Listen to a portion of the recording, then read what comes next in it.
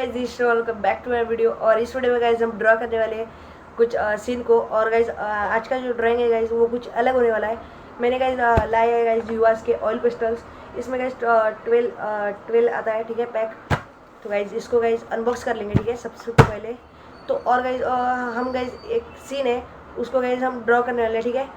और ये guys drawing थोड़ी सी अलग होने वाली है, ये फर्स्ट टाइम होने वाली है अपनी ड्राइंग। So let's start. चलो भाई इसकी भी अनबॉक्सिंग करेंगे। तो गाइस ये है गाइस यूवा के ऑयल पेस्टल्स के, इसमें 12 पैक्स आते हैं। और गाइस ये नवनीत का प्रोडक्ट है, नवनीत का ब्रांड है। और ये आपको गाइस मार्केट में 40 रुपये का मिल जाएगा भाई। और गाइस मुझे ये